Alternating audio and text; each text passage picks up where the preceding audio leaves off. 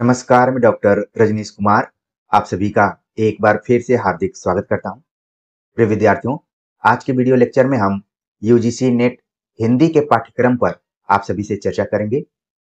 हम चर्चा उस समय करने जा रहे हैं जब दिसंबर 2025 की परीक्षा तिथि घोषित कर दी गई है। 31 दिसंबर से लेकर 7 जनवरी 2026 के बीच ये एग्जाम संभावित है। तो आपके दिमाग में खास तौर से ऐसे विद्यार्थी जो पहली बार यूजीसी नेट की तैयारी कर रहे हैं और हिंदी विषय से नेट, जेआरएफ और पीएचडी करना चाहते हैं, तो वो कैसे तैयारी करें? तैयारी को लेकर हम समय समय पर आप सभी से चर्चा करते रहें। जैसा कि आप जानते हैं, यूजीसी नेट में 2 पेपर होते हैं। पेपर 1 जिसके अंतर्गत 50 क्वेश्चन पूछे जाते हैं, पेपर 2 जिसके अंतर्गत 100 क्वेश्चन पूछे जाते हैं। जब भी हम तैयारी की बात करते हैं तो तैयारी करने के लिए कोई न कोई एक ऐसा पेपर होगा जो आपको मोटिवेट करेगा, आपके मनोबल को बढ़ाएगा, जिसके वजह से आप तैयारी करने जाते हैं। आपने देखा होगा कि यूपीएससी की तैयारी तमाम विद्यार्थी करते हैं, लेकिन जब हम यूजीसी नेट की तैयारी करते हैं तो इसमें सिर्फ 2 ही पेपर होते हैं। पेपर 2 के माध्यम से आप यूजीसी नेट के तरफ जाते हैं कि हमारा पेपर 2 यानी जो विषय है वो अच्छा है और हम फर्स्ट पेपर को थोड़ा सा मेहनत करके अच्छा कर सकते हैं। यानी कि यूजीसी नेट के तरफ आपको मोटिवेट करने वाला अगर कोई विषय है तो आपका जो मूल विषय है जिसमें आप एमए कर रहे हैं, तो इसके माध्यम से आपका मनोबल बढ़ता है और आप तैयारी की तरफ बढ़ जाते हैं।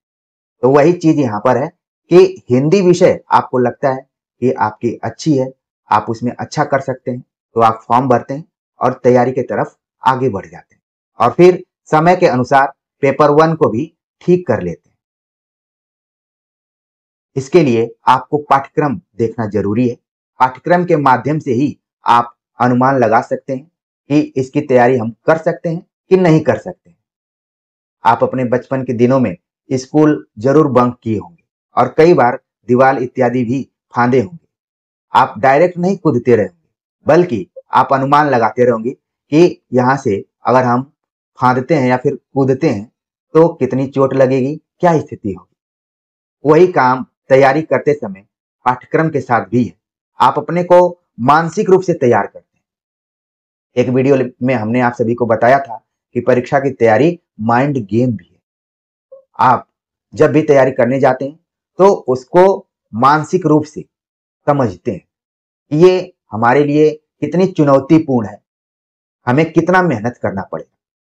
तो उम्मीद करता हूं कि इन्हीं बिंदुओं को ध्यान में रखते हुए हमने ये वीडियो लेक्चर तैयार किया हुआ है कि ऐसे विद्यार्थी जो पहली बार यूजीसी नेट की तैयारी करने जा रहे हैं और वो सिलेबस को समझना चाहते हैं, यूनिट वाइज जो चीजें लगी हुई हैं उनसे संबंधित किताबों को जानना चाहते हैं, तो क्या उनको करना चाहिए, इसी पर हम विस्तार से बात करेंगे।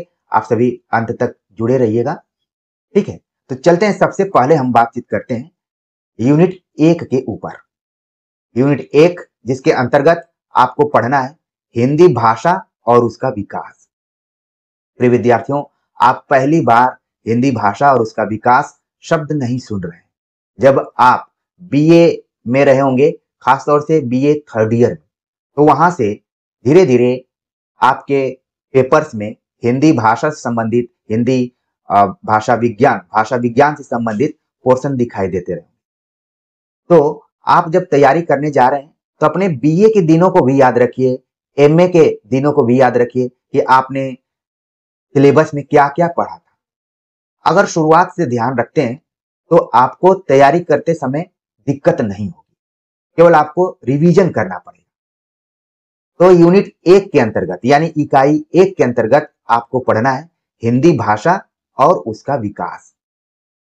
अब इसमें भी कई उप विषय हैं, यानी कि अलग अलग टॉपिक्स हैं। जैसे पहला जो टॉपिक है हिंदी की ऐतिहासिक पृष्ठभूमि।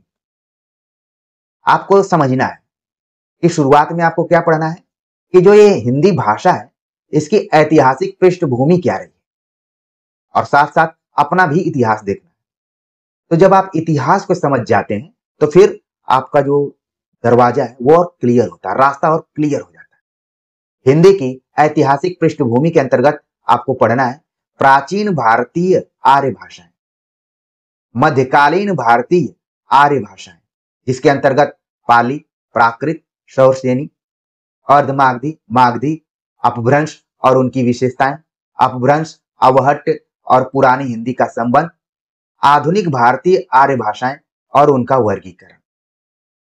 तो पहला जो सब चैप्टर है यानी उप विषय है हिंदी की ऐतिहासिक पृष्ठभूमि, उसके अंतर्गत आपने देखा कि आपको भारतीय आर्य भाषाएं पढ़नी।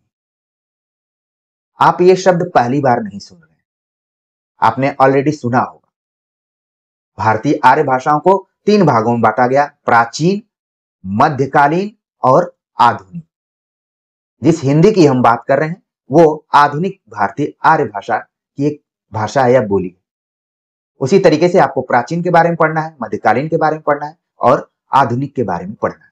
तो ये तो हो गया आपका पहला उप विषय। दूसरा उप विषय क्या है?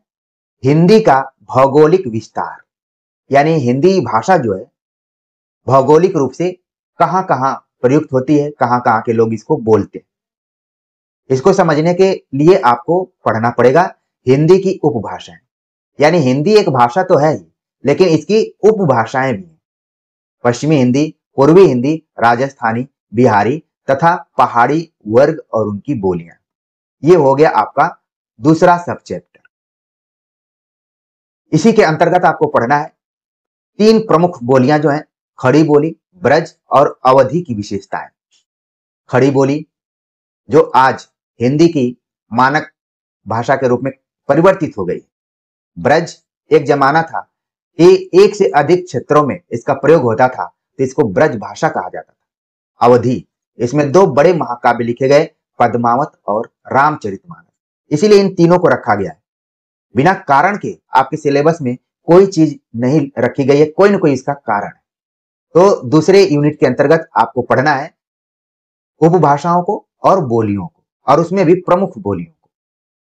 जो तीसरी उपभाषा है उसका नाम है हिंदी के विविध रूप, जिसके अंतर्गत आपको पढ़ना है हिंदी, उर्दू, दक्कनी, हिंदुस्तानी।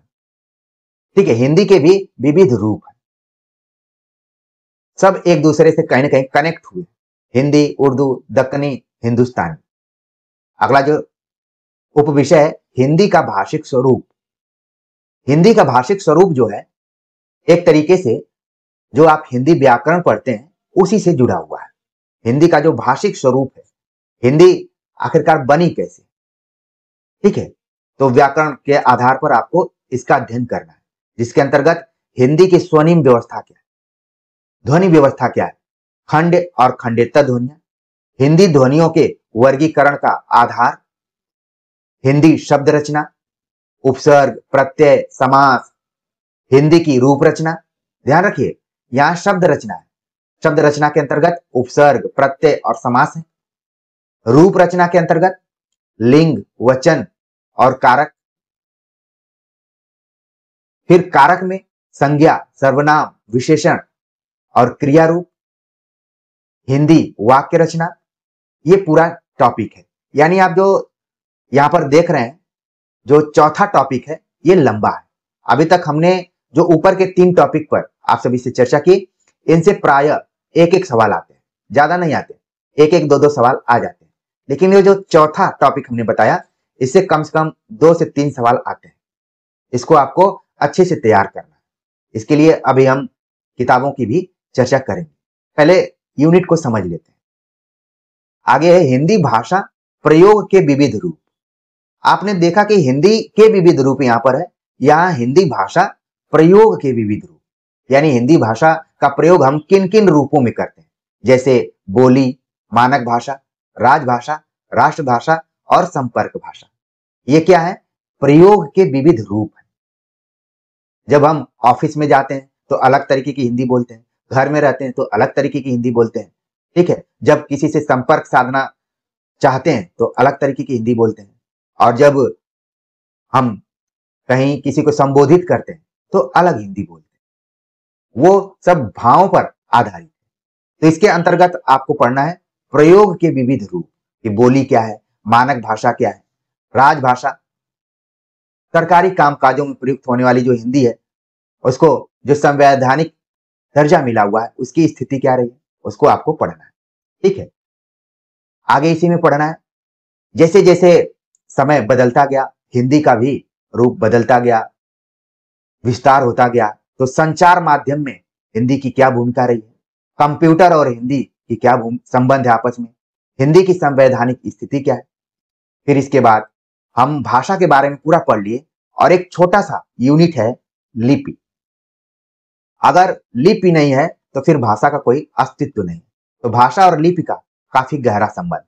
तो इसमें देवनागरी लिपि, हमारी हिंदी की लिपि कौन सी है, देवनागरी। तो उसकी विशेषताएं क्या है और मानकीकरण, उसमें क्या क्या सुधार किए गए, इसको लेकर हम प्राय चर्चा करते रहे। तमाम वीडियोज आपको चैनल पर मिल जाएंगे। तो प्रिय विद्यार्थियों, उम्मीद है कि आपने यूजीसी नेट हिंदी के पाठ्यक्रम में इकाई 1 की जो आपको पढ़ना है, हिंदी भाषा और उसका विकास, उसको बढ़िया से आप समझ गए और लगा होगा कि बहुत सारी चीजें ऐसी हैं जिनको कि हमने बीए और एमए की कक्षाओं में पढ़ा हुआ है, बस उसको कॉम्पिटेटिव लेवल से हमें तैयार करना है।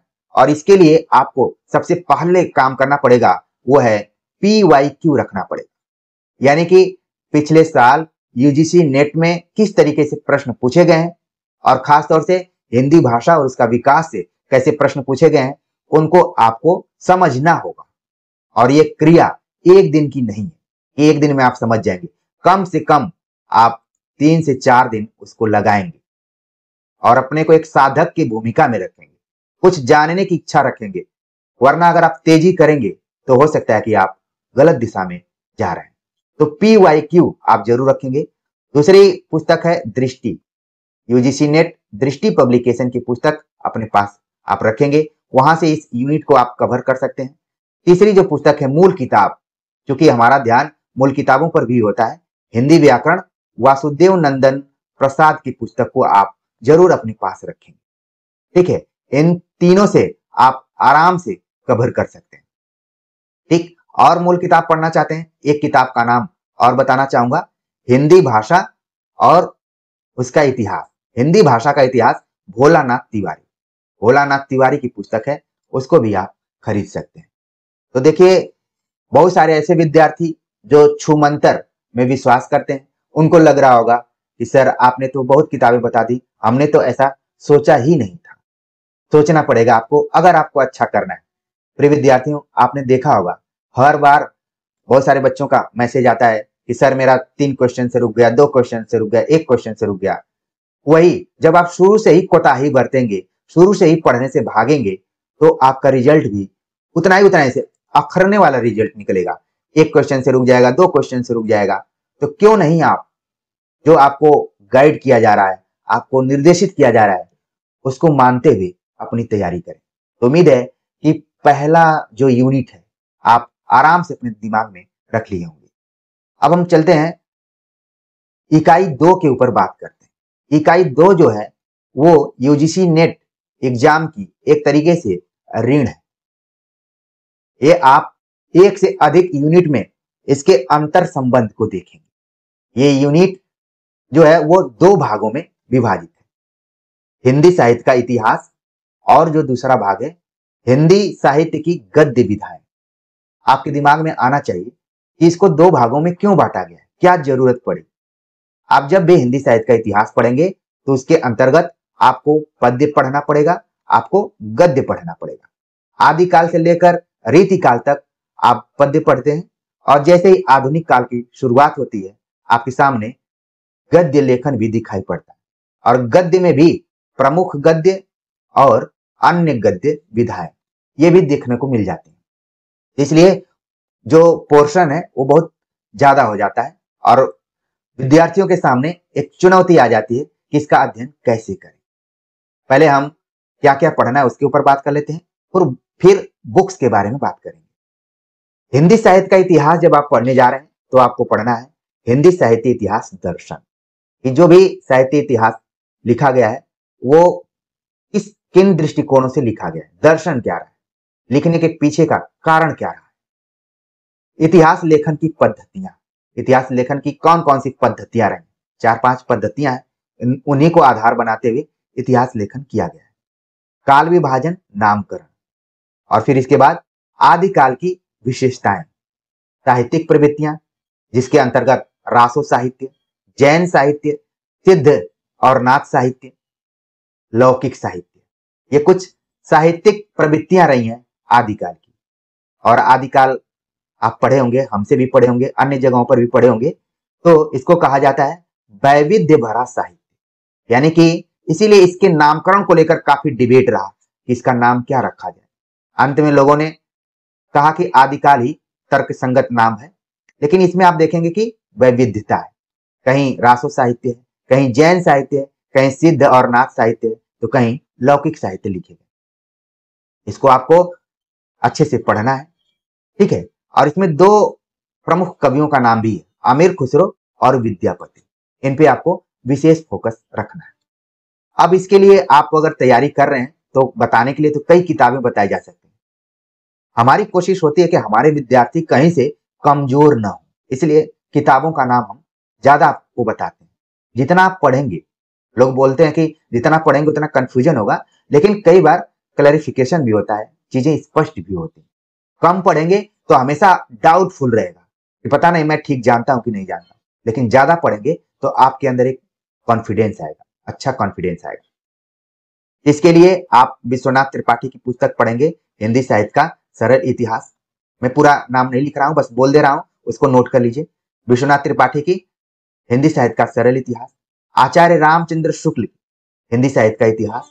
और इस पुस्तक को ठीक से समझने के लिए हमने एक पुस्तक लिखी, वस्तुनिष्ठ संकलन, आचार्य रामचंद्र शुक्ल कृत हिंदी साहित्य का इतिहास का वस्तुनिष्ठ संकलन। पूरा एमसीक्यू पैटर्न पर है, एक एक लाइन को ध्यान में रखते हुए किताब को लिखा गया है, और पिछले साल के क्वेश्चन पेपर को भी हमने उसमें जोड़ा हुआ है जो शुक्ल जी पर आधारित है। तीसरी पुस्तक, अगली जो पुस्तक है वो हिंदी साहित्य का दूसरा इतिहास आपके पास होना चाहिए, ठीक है। हिंदी साहित्य और संवेदना का विकास, रामस्वरूप चतुर्वेदी का। ठीक, बहुत सारे विद्यार्थियों के पास नगेंद्र की भी पुस्तक होगी जो आप खरीद लिए हैं, उसको ऐसा नहीं है कि नहीं पढ़ना है, पढ़ते रहना है समय समय पर।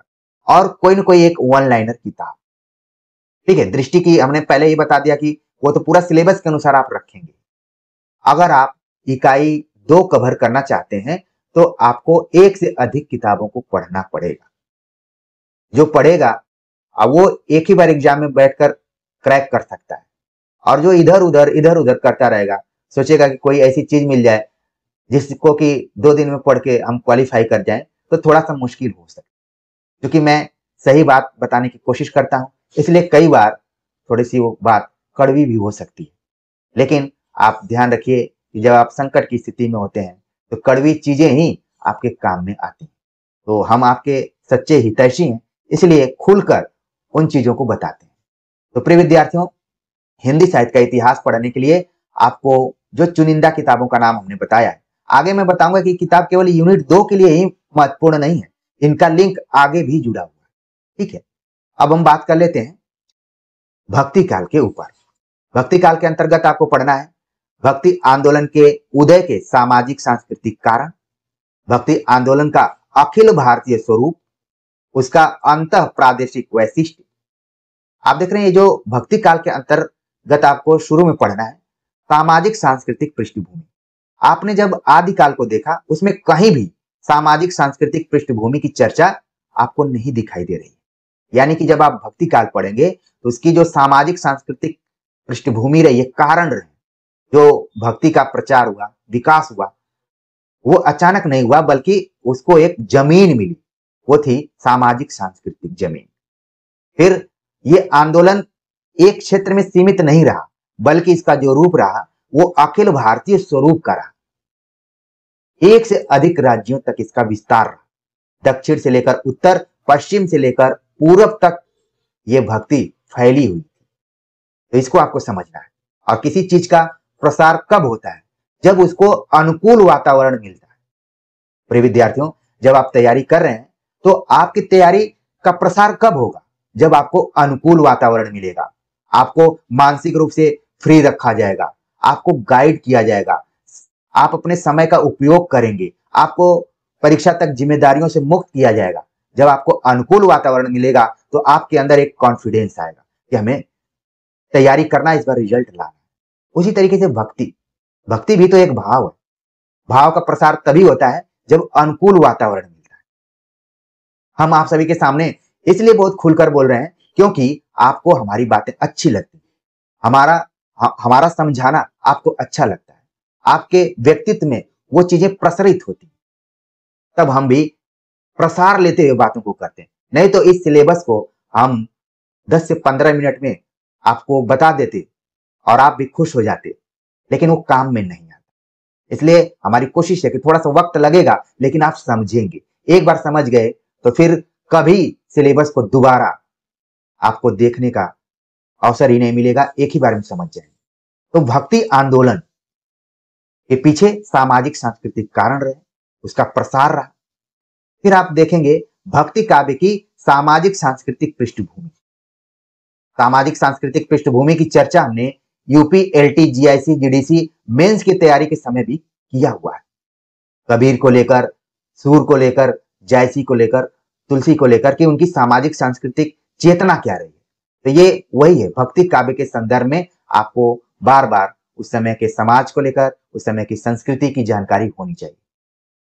इसके बाद कुछ और भी संप्रदाय हैं जिसमें कि आलवार संत, इनका संबंध, जैसे ही मैंने आलवार बोला, जो बच्चे अभी तैयारी कर रहे होंगे तुरंत उनके दिमाग में दक्षिण भारत का चित्र आ गया होगा और आलवार से जुड़े हुए जितने भी कवि कवयित्रियां रही हैं सबका नाम आ रहा होगा। तो आलवार संतों ने किस तरीके से अपनी भक्ति प्रधान कविताएं की। भक्ति काव्य के प्रमुख संप्रदाय, जब किसी चीज का प्रचार होता है तो उसमें एक से अधिक चीजें जुड़ती जाती हैं, भेद मतभेद ये सारी चीजें शुरू हो जाती हैं। तो भक्ति काव्य के प्रमुख संप्रदाय रहे और उनका वैचारिक आधार, यानी मंजिल तो सबकी एक है लेकिन जाने के जो रास्ते हैं वो सब अलग अलग है, और यही जीवन की सच्चाई है। कुछ लोग सेल्फ स्टडी करते हैं, कुछ लोग कोचिंग लेते हैं, कुछ लोग यूं ही किताबें खरीद कर पढ़ते रहते हैं। सबका उद्देश्य क्या है?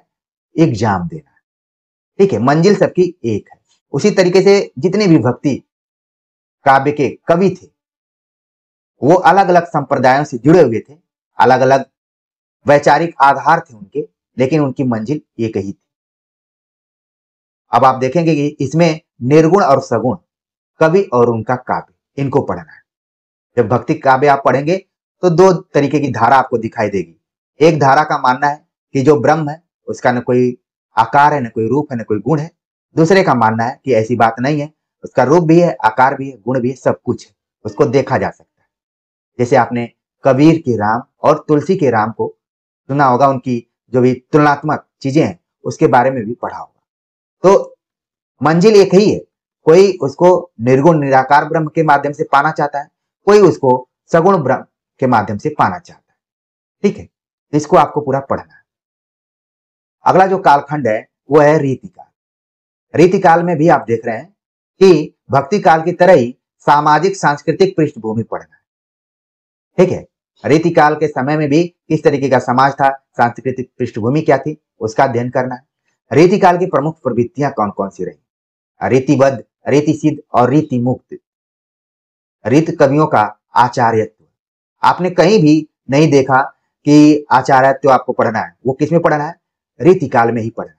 जैसा कि आप जानते हैं, अगर हमसे बहुत दिनों से जुड़े होंगे तो बार बार हम एक चीज को बताते हैं कि रीतिकाल एक ऐसा कालखंड है जिसमें संस्कृत काव्य शास्त्र एक बार पुनर्जीवित होता है, दोबारा से इस पर लोग विचार विमर्श करना शुरू कर देते हैं।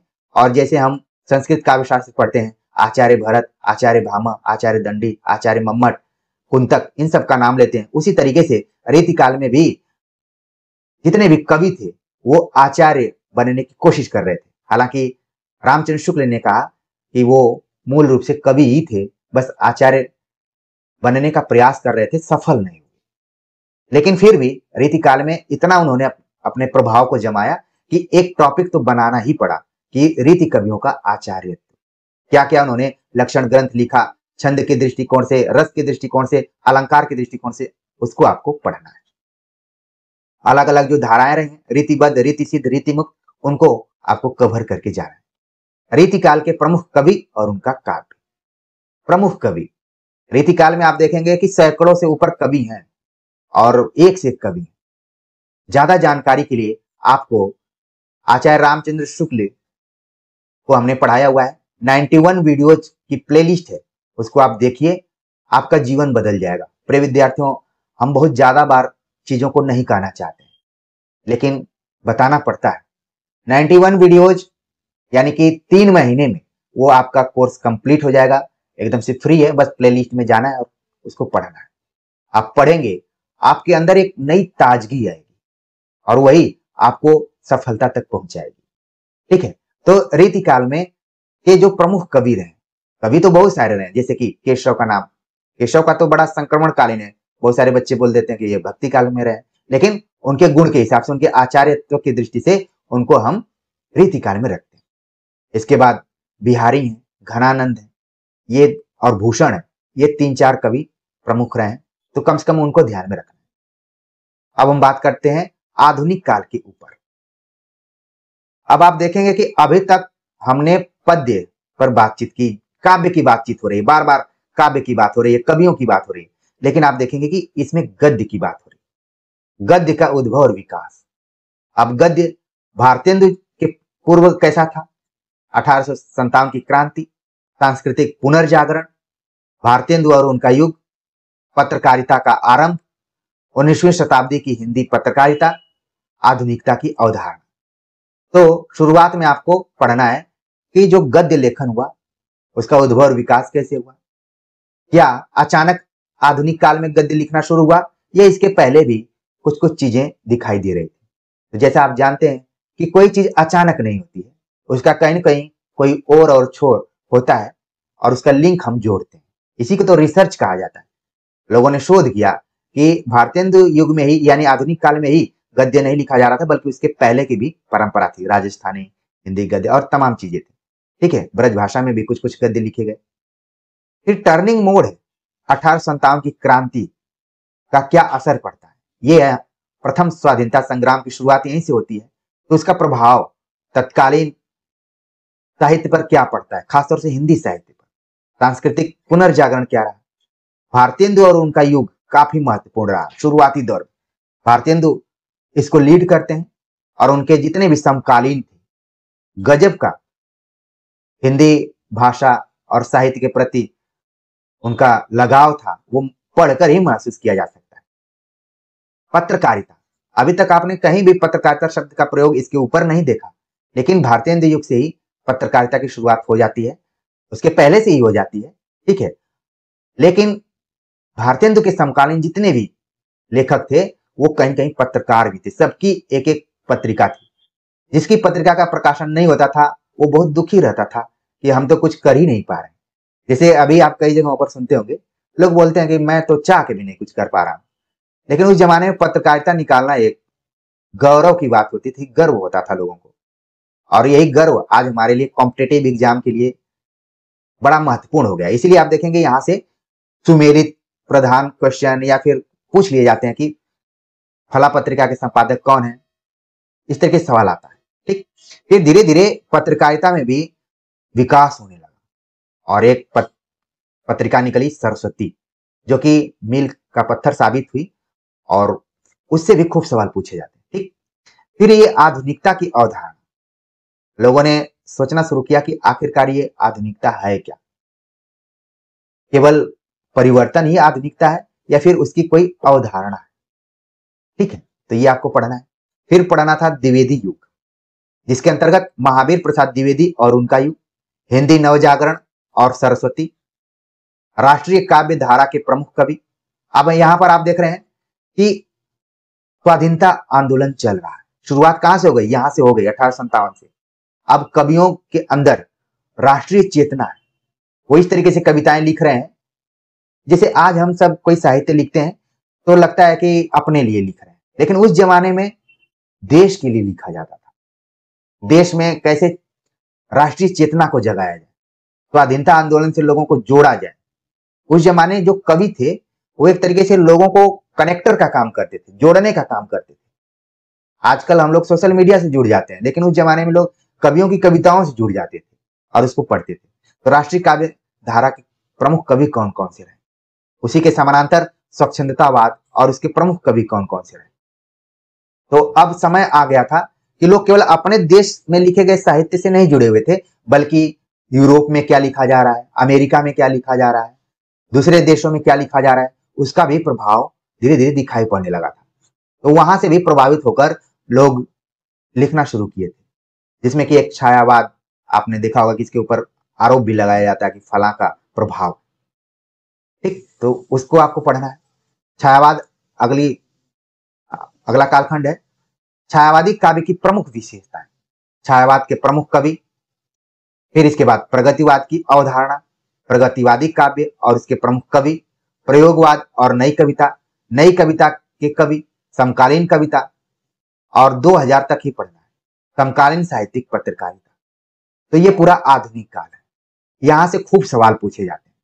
ठीक है, तो देखिए, जब आप आचार्य रामचंद्र शुक्ल की पुस्तक पढ़ेंगे तो आदिकाल से लेकर छायावाद तक पूरा आपका कवर हो जाएगा। मान लीजिए आपने इधर उधर की किताब पढ़ी और सीधे सीधे सवाल शुक्ल जी की पुस्तक से आ गया, तो बार बार आपके दिलो दिमाग में एक खटक रहेगी कि काश समय रहते हम पढ़ लिए होते, फला की बात मान लिए होते, तो 2-3 क्वेश्चन सही हो जाता। हमने कई बार विद्यार्थियों के मुंह से ये सुना है, सर 2-3 क्वेश्चन सही हो जाता तो आज मैं जीआरएफ होता, मैं नेट हो जाता। तो सही करने के लिए थोड़ा सा आपको अप्रोच लगाना पड़ेगा। ठीक, बाकी जितने भी इतिहास ग्रंथों की बात की, अब वो सब आपको समकालीन तक कवर कर लेंगे, चाहे वो दूसरा इतिहास हो, चाहे रामस्वरूप चतुर्वेदी वाला इतिहास हो। ठीक है, उसको आप कवर कर सकते हैं, विश्वनाथ त्रिपाठी वाले से भी कवर कर सकते हैं।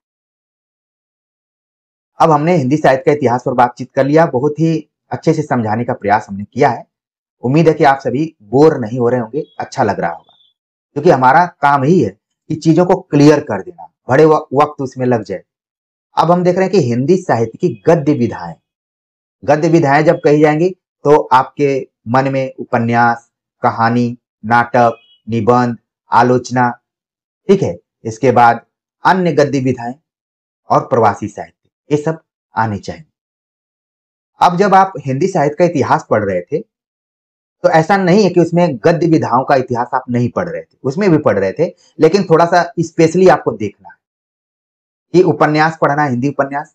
तो भारतीय उपन्यास की अवधारणा क्या है? कहा जाता है कि जो उपन्यास है वो आधुनिक काल का महाकाव्य है, और ये भी कई लोगों का मानना है कि जब से मध्य वर्ग का उदय हुआ तभी से उपन्यास का उदय हुआ। इसके पहले आप देख रहे थे कि महाकाव्य लिखे जा रहे थे, लेकिन वो पद्य में लिखे जा रहे थे।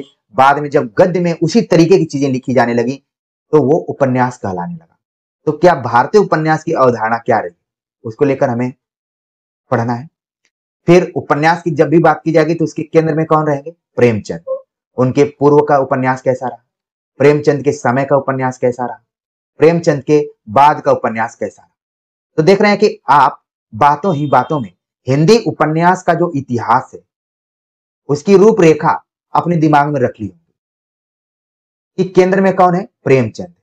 उनके पहले, उनके समय में और उनके बाद में उपन्यास जो लिखे गए उनकी विषय वस्तु क्या रही और कैसे लिखे गए। आपको सन 2000 तक ही पढ़ना है। हम बात कर रहे हैं 2025 में, लेकिन सन 2000 तक ही पढ़ना है आपको। फिर कहानी की बात कर रहे हैं तो हिंदी कहानी का उद्भव और विकास कैसे हुआ, 20वीं सदी की हिंदी कहानी, प्रमुख कहानी आंदोलन एवं प्रमुख कहानीकार, इसको आपको पढ़ना है। इसके केंद्र में भी आप देखेंगे प्रेमचंद ही।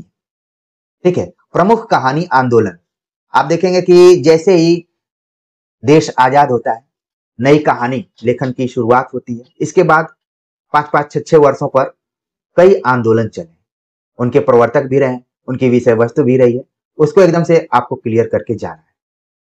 अगर नाटक की बात करें हम तो कहानी की तरह ही इसका उद्भव विकास कैसे हुआ। एक नई चीज इसमें जुड़ जाती है, रंगमंच।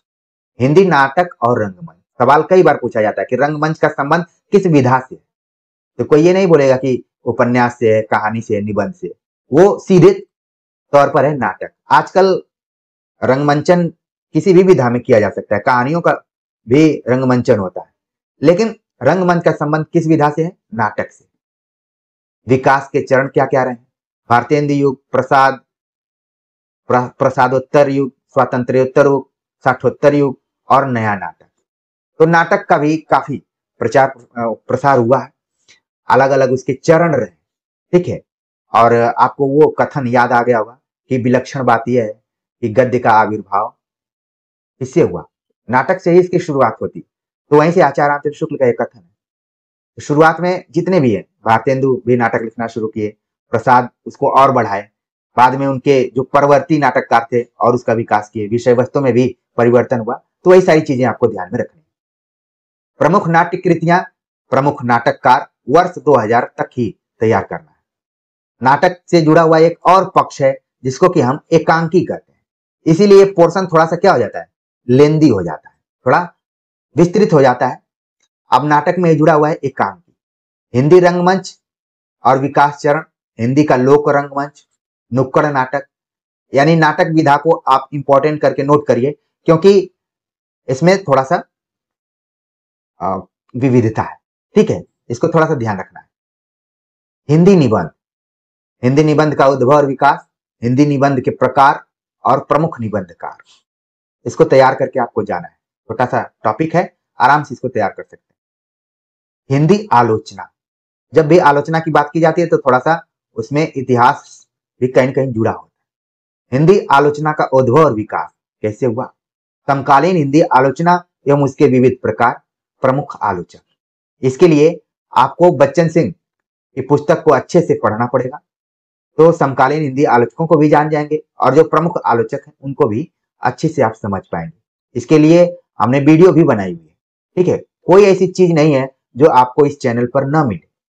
आप थोड़ा समय दीजिए, थोड़ा सा इससे लगाव रखिए, निश्चित तौर पर आप देखेंगे कि मंजिल आपके करीब आती हुई नजर आ रही है। आपको जाना ही नहीं पड़ेगा, मंजिल ही खुद आ जाएगी।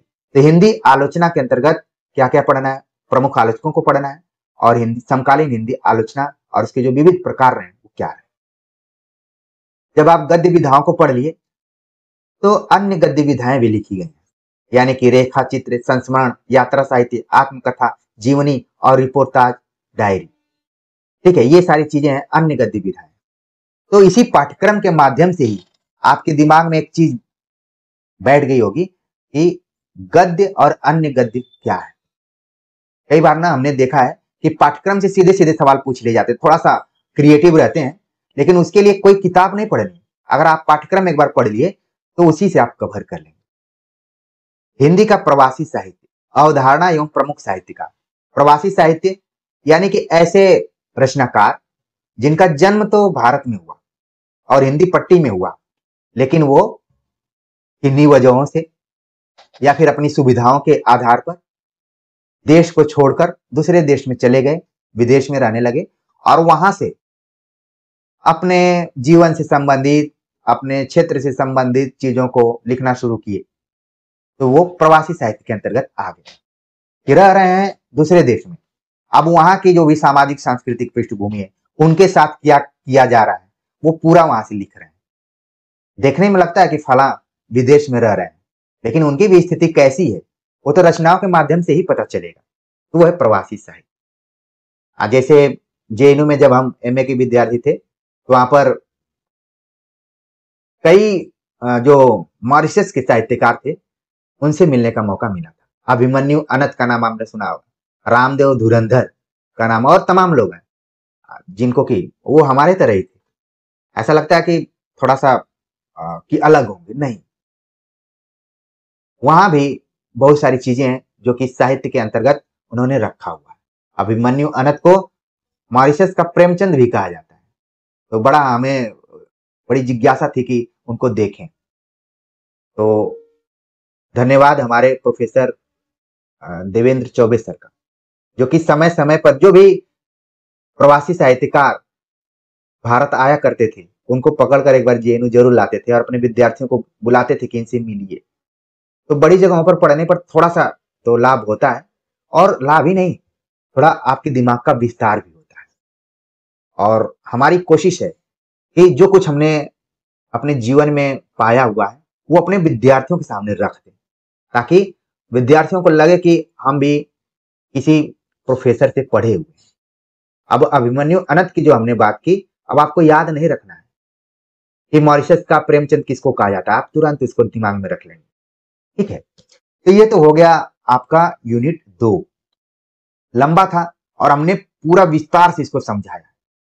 ठीक है, अब हम बात करते हैं इकाई 3 के ऊपर। इकाई 3 जो है वो टेक्निकल है, शास्त्र शब्द लगा हुआ है, यानी कि इसमें आपको ठोस तरीके से पढ़ना है। ठीक है, साहित्य शास्त्र यानी जो साहित्य निर्मित हुआ है, क्या वो अपने आप निर्मित हो गया है या फिर उसका कोई नियम है, कोई व्यवस्था बनाई गई है, कोई सिद्धांत है। ठीक है, तो आप देखेंगे कि नहीं, जो साहित्य शास्त्र है यानी जो साहित्य लिखा गया है वो किसी न किसी सिद्धांत पर काम करता है। आप देखेंगे किसी के जीवन में अगर सिद्धांत नहीं है तो व्यक्ति आगे नहीं बढ़ पाएगा, सिद्धांतवादी होना पड़ेगा। वो मेरे आदर्शवादी मन, वो मेरे सिद्धांतवादी मन, अब तक क्या किया, जीवन क्या जिया। ये पंक्ति किस काव्य की है? आप सभी के लिए होमवर्क है, आप निश्चित तौर पर पंक्ति के साथ इसका उत्तर देंगे। जो विद्यार्थी अभी तक जुड़े होंगे वो निश्चित तौर पर इसका जवाब देंगे। तो साहित्य शास्त्र, इसके अंतर्गत आपको पढ़ना है काव्य के लक्षण, आखिरकार काव्य किसको कहा जाए, काव्य हेतु, काव्य का उद्देश्य क्या है, किसके लिए, काव्य प्रयोजन, काव्य का प्रयोजन क्या है, क्यों काव्य लिखा जाए। इसको लेकर प्रमुख संप्रदाय हुए। जब आप किसी एक विषय पर सोचते हैं तो कई बार आप देखेंगे कि उसी विषय पर अलग अलग तरीके से लोग सोचना शुरू कर देते हैं। जैसे काव्य को लेकर ही तमाम आचार्यों ने बात की, इसलिए कई संप्रदायों की स्थापना हो गई। 6 संप्रदाय आपने पढ़े होंगे। ठीक है, तो उसमें प्रमुख संप्रदाय और उनके सिद्धांत को पढ़ना है, खासतौर से रस, अलंकार, रीति, ध्वनि, वक्रोक्ति और औचित्य। तो जिन 6 की बात हमने की, लगभग आप देख रहे हैं कि वो 6 आपको यहां पर पढ़ना है। ठीक है, ठोस तरीके से पढ़ना है। फिर इसके बाद रस की बात आई तो रस निष्पत्ति को लेकर बड़ा विचार विमर्श हुआ कि आखिरकार रस होता कहां है। रस का मतलब तो है किसी चीज को अनुभूत करना, एहसास करना। इसको लेकर इसकी व्याख्या की गई, जो 4 आचार्य रहे, भट्टलोलट, भट्टनायक, शंकुक और अभिनवगुप्त, उन्होंने किया। फिर इसी में से आ गया साधारणीकरण। इससे भी खूब सवाल पूछे जाते हैं। आलंबनत्व धर्म का साधारणीकरण होता है, आचार्य रामचंद्र शुक्ल ने कहा। इसी तरीके से किसी ने कवि की अनुभूति के बारे में बात की, सब लोगों ने अलग अलग तरीके से चर्चा की। इसको आपको पढ़ना है, ठोस तरीके से इसको पढ़ना है। फिर इसके बाद है शब्द शक्ति, जो 3 शब्द शक्तियां हैं, काव्य गुण, काव्य दोष। तो ये पूरा भारतीय काव्य शास्त्र का पोर्शन रहा है। ठीक है, छोटा सा आप देख रहे हैं कि पोर्शन है, हर बार कम से कम 4 से 5 क्वेश्चन पूछे जाते हैं। यूनिट 2 का मैं क्वेश्चन नहीं बता पाया, इससे हर बार कम से कम 10 से अधिक ही सवाल पूछे जाते हैं। पाश्चात्य भारतीय काव्य शास्त्र के बाद हम बात करेंगे पाश्चात्य काव्य शास्त्र, जिसके अंतर्गत प्लेटो, अरस्तु, Wordsworth, Coleridge, T S. Eliot, I A. Richards इत्यादि पाश्चात्य विचारकों को हमें पढ़ना है। आप तुलनात्मक तरीके से देखेंगे कि जो भारतीय काव्य शास्त्री थे वो बात कर रहे हैं रस के ऊपर, अलंकार के ऊपर, रीति के ऊपर, ध्वनि के ऊपर। ये लोग किस पर बात कर रहे हैं? अनुकरण का सिद्धांत क्या है, ट्रेजेडी का सिद्धांत क्या है, विरेचन क्या है, काव्य भाषा कैसी होनी चाहिए, कल्पना क्या है, फैंटेसी क्या है, निर्व्यक्तिकता का सिद्धांत क्या है, परंपरा की अवधारणा क्या है। तो इन सब की सोच आप देख रहे हैं थोड़ा सा अलग ढंग का। और आगे चलकर जब हम हिंदी आलोचना पढ़ते हैं, जो खास तौर से हिंदी आलोचना है, इन दोनों का मिश्रण है। कई रसवादी आलोचक आपको मिल जाएंगे, कई एकदम से पाश्चात्य विचारकों को आदर्श बनाते हुए लिखते हैं। ठीक है, तो इस तरीके से आपका ये पाश्चात्य काव्य शास्त्र है। तो कम से कम सिलेबस के बहाने आप ध्यान रखिए कि कौन आलोचक कौन सा सिद्धांत दिया हुआ है। ठीक है, इसके बाद आपको पढ़ना है कुछ वाद, जैसे रूसी रूपवाद, नई समीक्षा, मिथक, फैंतासी, कल्पना, प्रतीकबिंब। मतलब ये पारिभाषिक शब्दावलियां हैं, मैंने वाद इसको बोल दिया पारिभाषिक शब्दावलियां। ठीक, आपके दिमाग में आ रहा होगा कि इसके लिए हम कौन कौन सी किताबें पढ़ सकते हैं। तो देखिए, एक समानांतर किताब चलेगी जो आप यूजीसी नेट के लिए रखे रहेंगे, उससे इसको आप कवर कर सकते हैं। भारतीय काव्य शास्त्र के लिए आप भगीरथ मिश्र की पुस्तक जरूर अपने पास रखिए। भगीरथ मिश्र की ही पुस्तक है पाश्चात्य काव्यशास्त्र भी, इसको भी आप अपने पास रख सकते हैं। ठीक है, और जो पारिभाषिक शब्दावलियां हैं इन किताबों में भी मिल जाएंगी। और एक किताब है प्रोफेसर अमरनाथ की, हिंदी की पारिभाषिक शब्दावली। ठीक है, तो ये 3 किताबें आपके काम में आ जाएंगी, इससे ज्यादा आपको पढ़ने की जरूरत नहीं है।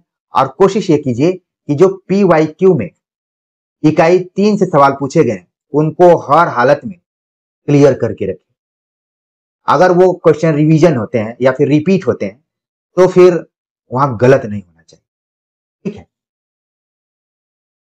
अगर हम इकाई 4 के ऊपर बात करें तो वो है वैचारिक पृष्ठभूमि के ऊपर। वैचारिक पृष्ठभूमि नाम से ही ऐसा लग रहा है कि थोड़ा सा इसमें क्लिष्ट होगा, किसी न किसी विचारधारा को लेकर बातचीत की जाएगी या फिर जो चीजें निर्मित हो रही हैं उसके कारणों को लेकर चर्चा की जाएगी।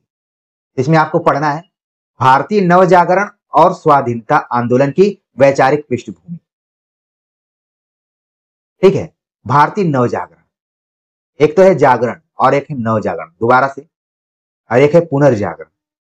ठीक है, तो भारतीय नवजागरण और स्वाधीनता आंदोलन की वैचारिक पृष्ठभूमि जो रही है वो हिंदी साहित्य को कितना प्रभावित की, इसको पढ़ना है आपको। फिर हिंदी नवजागरण, यानी जो लेखक थे वो साहित्यकार थे, उन्होंने स्वाधीनता आंदोलन और भारतीय नवजागरण को अपने साहित्य में कितना लाने का प्रयास किया।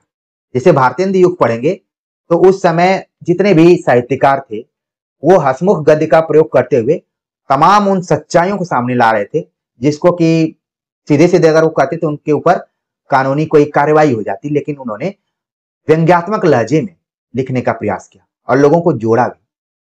पत्र पत्रिकाओं का प्रकाशन करना, संपादन करना नवजागरण का एक हिस्सा हो सकता है। ठीक है, और बाकी उन्होंने नाटक के माध्यम से, रंगमंच के माध्यम से, निबंधों के माध्यम से बहुत कुछ लिखा। इसके बाद शुरू है यहाँ पर खड़ी बोली आंदोलन। हिंदी उर्दू विवाद, भाषा कैसी हो, इसको लेकर भी एक बड़ा आंदोलन चला। इसी बीच फोर्ट विलियम कॉलेज की स्थापना होती है। ठीक है, फोर्ट विलियम कॉलेज की स्थापना के बाद गद्य का कैसे प्रचार प्रसार हुआ, कैसे विकास हुआ, उसको लेकर भारतेंदु और हिंदी नवजागरण। भारतेंदु ने जो भी कुछ लिखा उसका संबंध हिंदी नवजागरण से कैसे रहा, और भारतेंदु ने अपने समकालीनों को कैसे प्रभावित किया, ये सारी चीजें आपको क्लियर करना है। महावीर प्रसाद द्विवेदी और हिंदी नवजागरण, दो व्यक्तित्वों की बात की गई है, भारतेंदु और महावीर प्रसाद द्विवेदी। ठीक है, तो इनको हर हालत में, हर एंगल से आपको तैयार करके जाना है। प्रिय विद्यार्थियों, इसके लिए आपको कोई किताब नहीं खरीदनी है। जो आपके पास हिंदी साहित्य का इतिहास है, जितने भी हिंदी साहित्य के इतिहास हैं उनको अच्छे से पढ़ना है, और जैसे ही पढ़ते समय ये टॉपिक आए थोड़ा सा आपको सीरियसली पढ़ना है, जिससे आपका यूनिट 4 भी तैयार हो जाएगा। ठीक, अब इसमें 3 व्यक्तित्वों को जोड़ दिया गया है, गांधीवादी दर्शन, अंबेडकर दर्शन और लोहिया दर्शन। तो इसके लिए आप अलग अलग वेबसाइट का भी प्रयोग कर सकते हैं, विकिपीडिया पर भी पढ़ सकते हैं, या चाहें तो इनकी किताबों का पढ़ सकते हैं जो दर्शन पर आधारित हो। ठीक है, इसमें आप देख रहे हैं कि एक पॉइंट और लगा हुआ है, वाद से संबंधित, मार्क्सवाद, मनोविश्लेषणवाद, अस्तित्ववाद, उत्तराधुनिकतावाद, अस्मिता मूलक विमर्श। ठीक है, अब इसके लिए जो पुस्तक आपके काम में आएगी वो पारिभाषिक शब्दावली अमरनाथ की। ठीक है, आपको खरीदना नहीं है, पहले ही हमने बता दिया कि इस यूनिट के लिए अलग से नहीं, उसी किताब में से आपको पढ़ लेना, आपके पास होगी भी। ठीक है, और ये किताब जो है आप जब इंटरव्यू इत्यादि देने जाएंगे तो भी काम में आएगी, क्योंकि जब पारिभाषिक शब्दावली आपकी क्लियर रहेगी, चीजें आपकी क्लियर रहेंगी, तो आप फिर बोलेंगे वहां पर, नहीं तो फिर कई बार लोग लड़खड़ाने लगते हैं। तो यूनिट 4 से अमूमन 3 से 4 क्वेश्चन आते हैं, ज्यादा क्वेश्चन नहीं आते हैं इससे। अब पेपर बनाने वाले का दिमाग ही अगर घूम जाए और पूरा इसी से बना दे तो अलग बात है, लेकिन अभी का जो पैटर्न है, ठीक है, अब वो 3 से 4 क्वेश्चन ही पूछे जाते हैं, ज्यादा नहीं पूछे जाते। अब यहां से आपके सिलेबस में थोड़ा सा मोड़ आ रहा है। इकाई 5 से लेकर इकाई 10 आप देखेंगे कि पूरा टेक्स्ट पर आधारित है। अभी तक तो हमने जो आप सभी को बताया, अब वो एक तरीके से सैद्धांतिक पक्ष था। अब यहाँ पर व्यवहारिक दृष्टिकोण से आपको अलग अलग रचनाओं, लेखकों की रचनाओं को पढ़ना है और उसके अंदर से किस तरीके से प्रश्न बन रहे हैं उनको भी समझना है। ठीक है, तो यहाँ पर हिंदी कविता, अब जैसे हिंदी कविता का पाठ्यक्रम आप जब देखेंगे तो कई बार आप चिंतित होने लगेंगे, इसकी तैयारी हम कैसे करेंगे, इतना पढ़ना पड़ेगा, बहुत घबराने लगेंगे। लेकिन आपको भूलना नहीं है कि आपने बीए भी किया है, आपने एमए भी किया है, तो कुछ न कुछ तो पढ़ा होगा, ऐसे तो डायरेक्ट आए नहीं होंगे, तो उसको भी आपको ध्यान में रखना है। जो चीजें आपके लिए नई हो उनको अपने सिलेबस में घेर कर रख लीजिए, मतलब निशान बना लीजिए कि इनको समय मिलेगा तो पढ़ना है, और जो चीजें आपने पढ़ी हुई हैं उनको बार बार रिवाइज कीजिए ताकि वहां से अगर क्वेश्चन आए तो गलत नहीं। जैसे पृथ्वीराज रासो रेवा तट, ये आपके लिए नया हो सकता है। आमिर खुसरो, खुसरो की पहेलियां और मुकरियां, ये भी अपेक्षाकृत नया ही है। विद्यापति की पदावली तो अलग अलग, हमने शिव प्रसाद और राम वृक्ष बेनीपुरी इन लोगों का पढ़ा हुआ, लेकिन नरेंद्र झा ये भी क्या है, नया है। तो अभी इनको लेकर टेंशन में नहीं रहना, ठीक है। जैसे कबीर हजारी प्रसाद द्विवेदी, ये कई जगह पाठ्यक्रम में लगा रहता है, ये किताब आपके पास होगी भी। इसको लेकर हमने पूरी इसकी व्याख्या की है, हिंदी कविता के प्लेलिस्ट में जाएंगे तो पूरा आपको वहां पर मिल जाएगा, पूरी 160 से लेकर 209 तक पूरी व्याख्या की है, तो ये आप एकदम से क्लियर कर लीजिए। नागमती वियोग खंड आपने पढ़ा होगा, निश्चित तौर पर पढ़ा होगा। कोई हिंदी का ऐसा सिलेबस नहीं है या विश्वविद्यालय नहीं है जहां पर नागमती वियोग खंड पढ़ाया ही नहीं जाता होगा, तो ये आपका क्लियर है। यहाँ पर सूरदास भ्रमर गीत सार, ये भी हर पाठ्यक्रम में, ये भी आपका एकदम से पढ़ा हुआ होगा। तुलसीदास रामचरितमानस, ये भी आपने पढ़ा होगा, इसमें एक खंड आपको पढ़ना है उत्तरकांड। बिहारी सतसई, ये भी आपने पाठ्यक्रम में पढ़ा होगा, ठीक है, ये भी आपके लिए पुराना ही है। घनानंद कवित्व, ये भी प्राय पाठ्यक्रमों में, प्राय जितने भी पाठ्यक्रम है बीएमए के उसमें भी है। मीरा, मीरा आपके लिए हो सकता है नई हो सकती है, ठीक है। प्रिय प्रवास, प्रिय प्रवास भी कई जगह पाठ्यक्रमों में लगा हुआ है, ठीक है। मैथिली शरणगुप्त, भारत भारती साकेत, साकेत नवम सर्ग लगभग सभी पाठ्यक्रमों में, ठीक है, आपने पढ़ा होगा, आपके लिए ये पुराना ही है। जयशंकर प्रसाद कामायनी आंसू, कामायनी भी हर पाठ्यक्रम में। श्रद्धा लज्जा ईड़ा, ये 3 सर्ग दिए गए हैं, ये भी आपके लिए पुराना ही है। निराला, जूही की कली, जागो फिर एक बार, सरोज स्मृति, राम की शक्ति पूजा, कुकुरमुत्ता, बाधोन नाव इस ठाव बंद, इन सभी कविताओं की व्याख्या, कैसे प्रश्न पूछे जाते हैं, सब पर हमने चर्चा की, आप जरूर उसको देखिए। सुमित्रानंदन पंत परिवर्तन प्रथम रश्मि, माधवी वर्मा बीन भी हूं मैं, तुम्हारी रागनी भी हूं, मैं नीर भरी दुख की बदली, हर पाठ्यक्रम में। फिर विकल है प्राण मेरे, यह मंदिर का दीप, इसे नीरव जलने दो, ठीक है। अभी तक यूजीसी नेट पाठ्यक्रम को सुधारा नहीं है, कुछ इसमें मिस्टेक जरूर है, ठीक है। अभी भी पीडीएफ खोलिए तो यही सब आता है, यानी कि एक बार अपलोड हो गया तो जिम्मेदारी खत्म हो गई। तो कुछ माधवी वर्मा की ऐसी कविताएं जो कि आपने ऑलरेडी पढ़ी हो, और जब कोई एक कविता आप पढ़ लेते हैं तो उस कवित्री या कवि के बारे में बहुत कुछ जान जाते हैं। रामधारी सिंह दिनकर, उर्वशी, आपने किसी न किसी पाठ्यक्रम में इसको पढ़ा होगा। रश्मि रथी, ये भी। नागार्जुन, कालिदास, बादल को घिरते देखा है, अकाल और उसके बाद, काफी चर्चित कविता। खुरदरे पैर, शासन की बंदूक, मनुष्य हूं, इन सभी कविताओं को हमने पढ़ाया, इस चैनल पर उपलब्ध है, आप देख लीजिएगा, मैं डिस्क्रिप्शन बॉक्स में और कमेंट में लगा दूंगा। सच्चिदानंद हीरानंद वात्स्या नग्गे, कलगी बाजरे की, बीए में आपने कहीं ना कहीं पढ़ा होगा। यह दीप अकेला, हरी घास पर क्षण भर, इसको भी आपने पढ़ा होगा।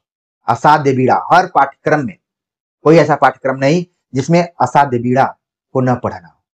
कितनी नाव में कितनी बार, भवानी प्रसाद मिश्र, गीत फरोश, सतपुड़ा की जंगल। मुक्तिबोध, भूल गलती, ब्रह्म राक्षस, अंधेरे में, अंधेरे में हर पाठ्यक्रम में पढ़ने को मिलता है, आपने जरूर पढ़ा होगा, ठीक है। धूमिल, नक्सलबाड़ी, मोचीराम, अकाल दर्शन, रोटी और संसन, मोचीराम भी कई जगहों पर पाठ्यक्रम में पढ़ने को मिल जाता। तो प्रिय विद्यार्थियों, हमने तो बता दिया कि आपने कहीं ना कहीं जरूर पढ़ा होगा। आप अपने को रिवाइज कीजिए कि आपने बीए में पढ़ा था कि एमए में पढ़ा था। अगर सीरियसली आपने पढ़ाई की होगी तो निश्चित तौर पर इस पोर्शन को पढ़ने में थोड़ा सा आपको सहूलियत होगी, तेजी से इसको कवर करेंगे।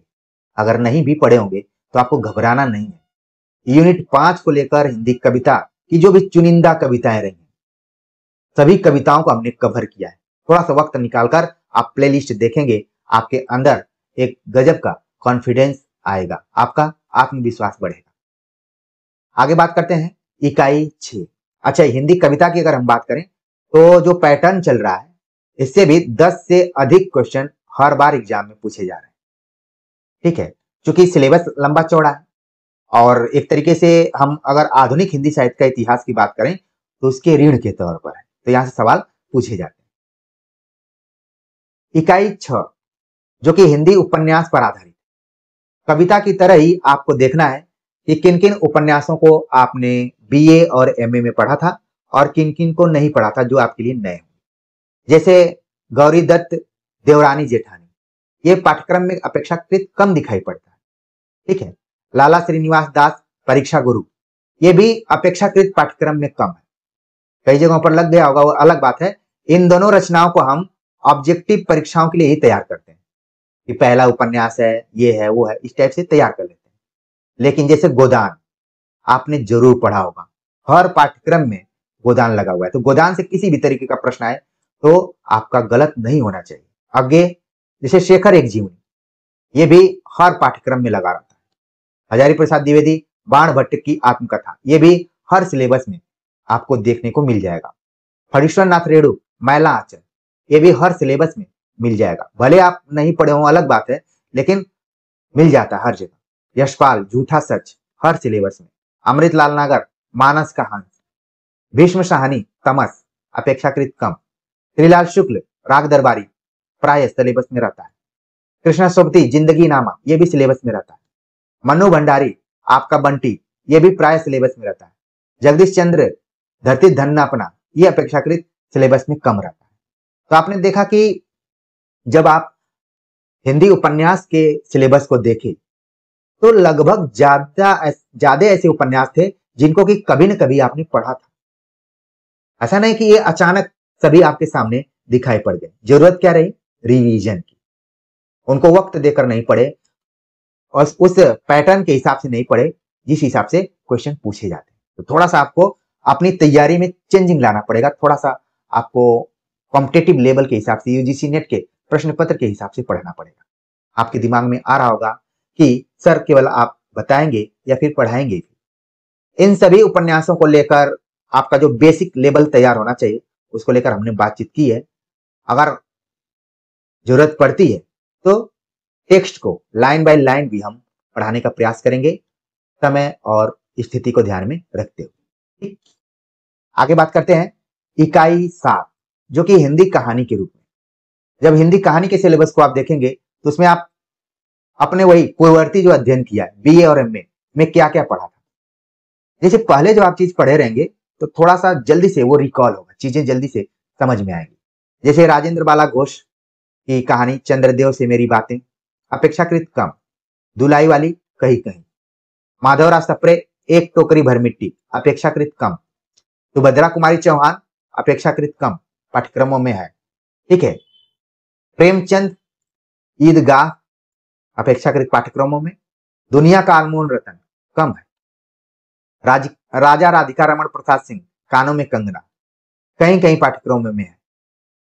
चंद्रधर शर्मा गुलेरी, उसने कहा था, हर पाठ्यक्रम में इंपॉर्टेंट, इसको आपने जरूर पढ़ा होगा। जयशंकर प्रसाद, आकाशदीप, ये भी पाठ्यक्रमों में। जैनेन्द्र, अपना अपना भाग्य, अपेक्षाकृत कम। फणीश्वर नाथ रेणु, तीसरी कसम, लाल पान की बेगम, पाठ्यक्रम में, हर पाठ्यक्रम में लगभग आपको मिल जाएगी। आगे गैंग्रीन, हर पाठ्यक्रम में। शेखर जोशी, कोसी का घटवार, ये भी प्राय पाठ्यक्रमों में मिल जाती है। भीष्म शाहनी, चीफ की दावत, हर पाठ्यक्रम में। अमृतसर आ गया, ये भी लगभग पाठ्यक्रम में मिल ही जाती है। कृष्णा सोबती, सिक्का बदल गया, ये कुछ कुछ पाठ्यक्रमों में मिल जाती है। हरिशंकर परसाई, इंस्पेक्टर माता दिन चांद पर, कहीं कहीं। ज्ञान रंजन पिता, ये भी पाठ्यक्रमों में है। कमलेश्वर राजा निर्वंशिया, ये भी कहीं कहीं पाठ्यक्रमों में, जैसे यूपीएससी इत्यादि में है, लेकिन पता नहीं बीए और एमए के पाठ्यक्रमों में है कि नहीं। ठीक है, तो इसको भी आप मान लीजिए कि आपके लिए ये नया है। निर्मल वर्मा परिंदे, ये लगभग सभी पाठ्यक्रमों में। तो प्रिय विद्यार्थियों, आपने देखा कि हिंदी कहानी में भी आपने तमाम कहानियों को बीए और एमए के दिनों में पढ़ी हुई थी, उसको दोबारा से रिवीजन करना। जो नई है उसके लिए एक स्ट्रेटेजी आपको बनाना पड़ेगा कि कब समय मिले और एक नजर उनको आप देख लें। एक नजर तो जरूर देखकर जाना चाहिए। ठीक है, अब इसके लिए आप लोग कहें कि कोई किताब बताएं जिसमें सारी चीजें मिल जाएं, तो ये बताना मुश्किल है। अगर मैं बताता भी हूं तो मैं अर्ध सत्य आपसे बात कर रहा हूं, वो सच्ची बात नहीं होगी। इसलिए आप कोशिश कीजिए कि टेक्स्ट खरीद लीजिए। आप एक दिन समय निकालकर सिलेबस अपने साथ लेकर जाइए, और जो बड़ी दुकानें हों, जिस भी शहर में आप रहते हो, कभी इलाहाबाद चले जाइए, दिल्ली चले जाइए, लखनऊ चले जाइए, वाराणसी में भी चले जाइए, जो विश्वनाथ टेम्पल के बगल में दुकान है वहां पर मिल जाते हैं। ठीक है, तो कोशिश कीजिए कि ज्यादा से ज्यादा टेक्स्ट अपने पास आप रखिए। अब हम बात करते हैं इकाई 8 के ऊपर, जो कि हिंदी नाटक है। नाटक को भी पढ़ते समय अपने ध्यान में रखना है कि क्या क्या आपने पढ़ा था और क्या नया है। जैसे भारतेंदु अंधेर नगरी आपने जरूर पढ़ा होगा। भारत दुर्दशा, ये भी एमए की कक्षाओं में कई जगहों पर पाठ्यक्रम में है। जयशंकर प्रसाद, चंद्रगुप्त, स्कंदगुप्त, ध्रुव स्वामी, ये तीनों आपने पढ़ा होगा। धर्मवीर भारती, अंधा युग, निश्चित तौर पर इसके बिना तो नाटक का पाठ्यक्रम अधूरा ही है, ये आपने पढ़ा होगा। लक्ष्मी नारायण मिश्र यहां पर होना चाहिए। ठीक है, सिंदूर की होली अपेक्षाकृत कम जगह है। मोहन राकेश, आषाढ़ का एक दिन, हर पाठ्यक्रम में। आधे अधूरे भी कई जगहों पर। हबीब तनवीर, आगरा बाजार, कम जगहों पर।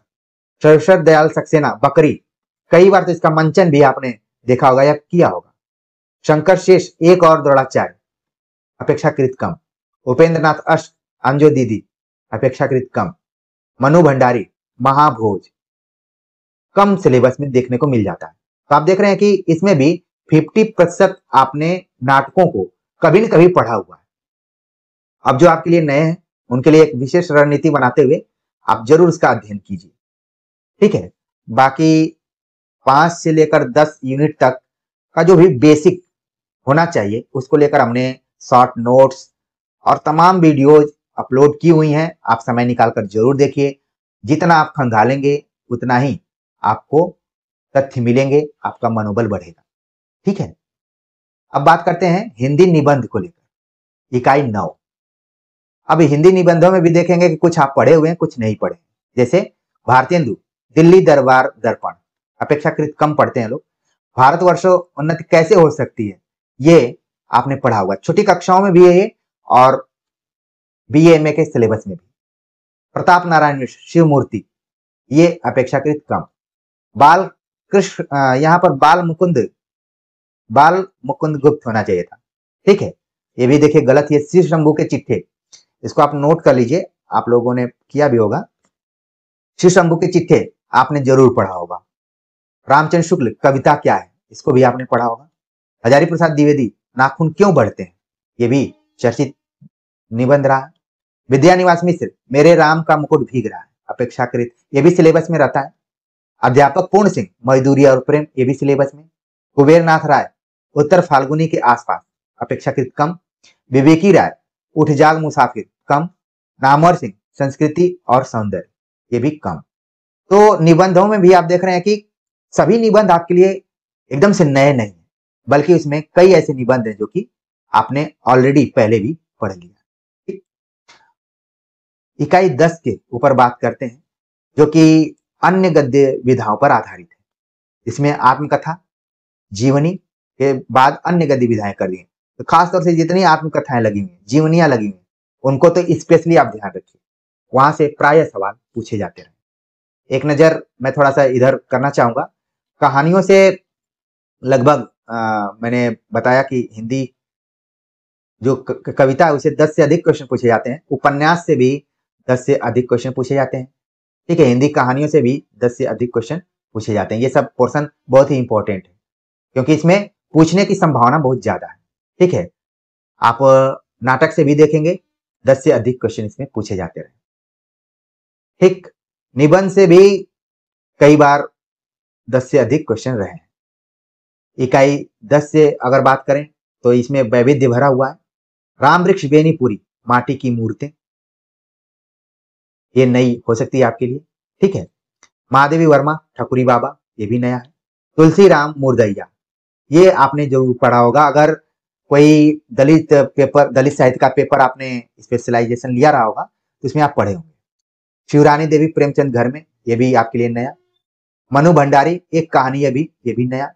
विष्णु प्रभाकर आवारा मछिया, प्राय सिलेबस में रहता है, आपने कभी कभी पढ़ा होगा। हरिवंश राय बच्चन क्या भूलूं क्या याद करूं, ये भी अपेक्षाकृत नया। रमणिका गुप्ता आप खुदरी, ये भी नया। हरिशंकर परसाई भोलाराम का जीव, आपने जरूर कहीं ना कहीं पढ़ा होगा, इस सिलेबस में रहता है। कृष्णचंद्र जामुन का पेड़, आप देखेंगे कि ये एनसीईआरटी की पुस्तक में भी है, जामुन का पेड़, इसको आपने पढ़ा होगा। दिनकर संस्कृति के 4 अध्याय, बहुत ही इंपॉर्टेंट ये किताब है। अगर यूनिट 10 की बात करें तो इस किताब को हर हालत में आपको पढ़ना पड़ेगा। ठीक है, इससे खूब सवाल पूछे जाते हैं। मुक्तिबोध एक साहित्यिक की डायरी, एक साहित्यिक की डायरी। ठीक है, तो ये भी सिलेबस में आपको कई बार देखने को मिल गया होगा। राहुल साकृत्यायन मेरी तिब्बत यात्रा, ये भी आपके लिए नया। आगे अरे यायावर रहेगा याद, ये भी नया। एक चीज हमने यहाँ पर देखा कि जो अन्य गद्य विधाएं अपेक्षाकृत इसमें ज्यादातर रचनाएं आपके लिए नई हो सकती हैं, तो इसलिए यूनिट 10 को अच्छे से कवर करने के लिए आपको एक विशेष रणनीति बनानी पड़ेगी। पहले तो आपको पूरे टेक्स्ट को खरीदना होगा। पूरा टेक्स्ट आप खरीदेंगे, फिर इसके बाद अपने टाइम टेबल के हिसाब से उसको पढ़ेंगे।